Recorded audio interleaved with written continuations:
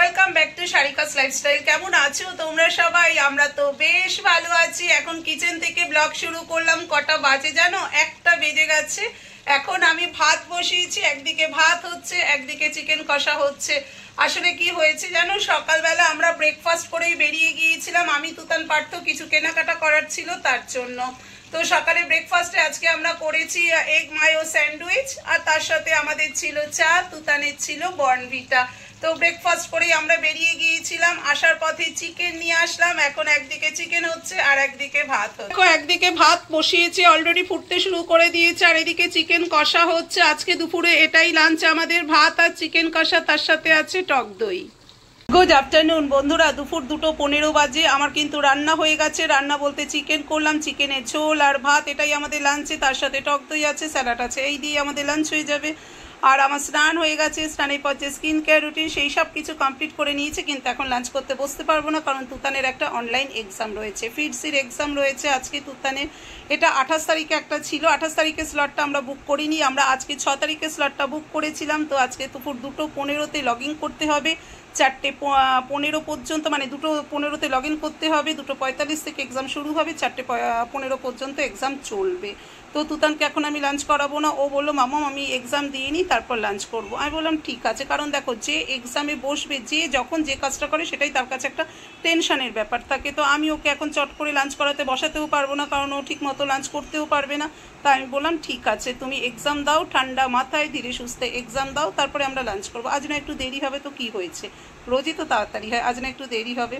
কি জানো তো, আগে তো বাচ্চা, তাই না বলো? আগে বাচ্চা, বাচ্চার কেরিয়ার, বাচ্চা সব কিছু, তারপরে বাবা মা। আমাদের একটা সময় ছিল যে সময় বাবা মারা আমাদের দিকে খেয়াল রেখেছে। আজ আমাদের সময় বাচ্চার দিকে খেয়াল রাখা। তো বাচ্চার আগে ভালোটা হোক, বাচ্চা যেটা চায়, বাচ্চার কেরিয়ারের জন্য আগে বাবা মাকে সব কিছুই কনসিডার করতে হবে। তো তাই বাচ্চা আগে এক্সাম দিক, তারপর আমরা লাঞ্চ করতে বসবো।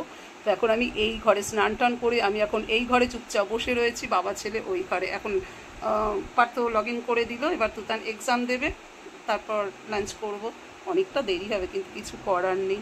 তো বাবা ছেলে এখন ওই ঘরে বসে আছে ল্যাপটপ নিয়ে, আর আমি এখন কি করব, এই ঘরে চুপচাপ, কিছু করার নেই। এখন একটু দেখি ভিডিও দেখব, এডিট করব, এই সব কিছু করব, কি আর করা যাবে এখন।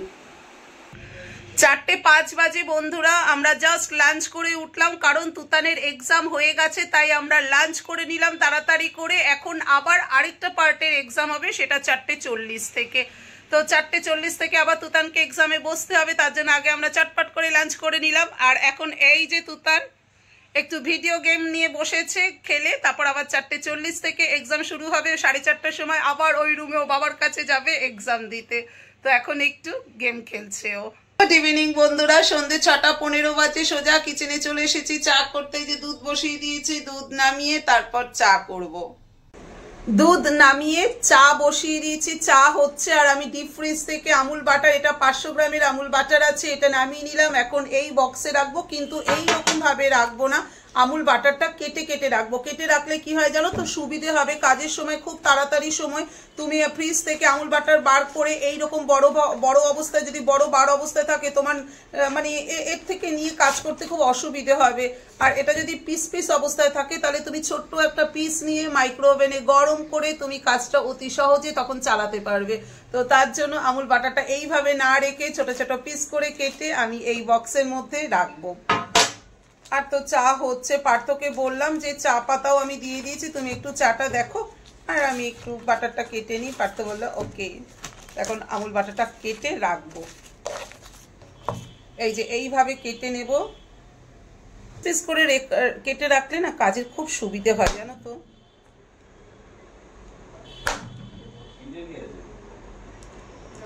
এরকম করে তুমি একটা কিউব বার করে মাইক্রোওভেনে দিয়ে গলিয়ে তুমি তোমার কাজ চালাতে পারবে। তার জন্য আমি এরকম করে পিস পিস করে নিচ্ছি। এই যে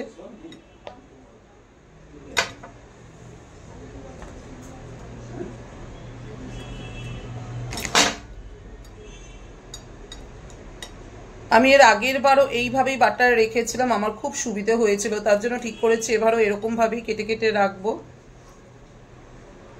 তো একটা কিউব তুলে নিয়ে তুমি তোমার কাজ চালাতে পারবে।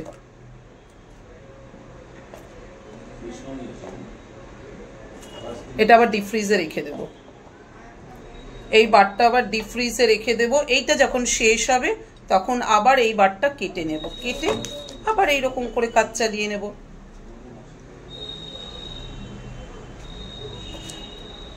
এই যে এটা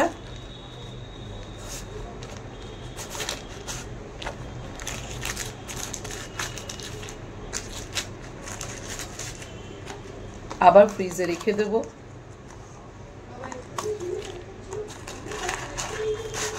এই যে এটা যাবে ডিপ ফ্রিজে, আর এই কিউবগুলো যাবে নর্মাল ফ্রিজে। যখনই তোমার মানে দরকার হবে তখনই বাটার তুমি এইরকম করে এক একটা কিউব তুলে তুমি তোমার কাজ চালাতে পারবে। এইভাবে তোমরা করে দেখো, কাজে খুব সুবিধে হয় কিন্তু।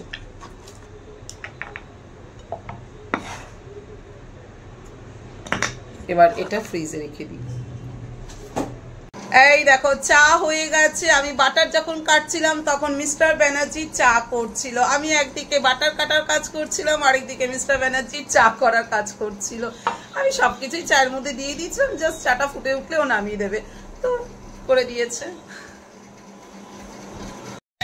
দুজনে মিলে এখন যাচ্ছি আমরা গড়িয়া মোড়ের দিকে। কিছু শপিং বাকি আছে, যাকে বলে লাস্ট মিনিট শপিং। তো লাস্ট মিনিট শপিং করতে দুজনে মিলে এখন যাচ্ছি গড়িয়া মোড়ের দিকে। গড়িয়া মোড়ে চলে এসেছি। গড়িয়া মোড়ে ক্রাউডটা জাস্ট দেখো তোমরা, কি ক্রাউড গড়িয়া মোড়ে।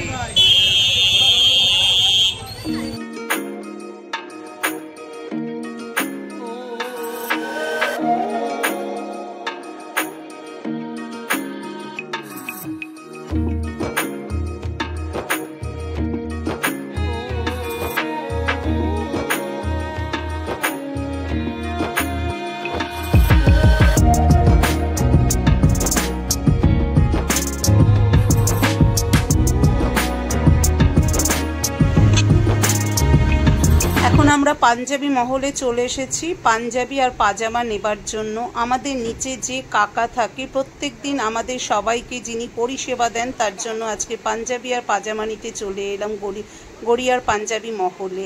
পার্থ আমাকে মানা করছিল যে সব কিছু ভিডিও করো না, কারণ নিজের কাছে পরিষ্কার থাকাটাই আসল, সব কিছু ভিডিও করার কোনো উচিত নয়। তবু আমি একটু ভিডিও করলাম।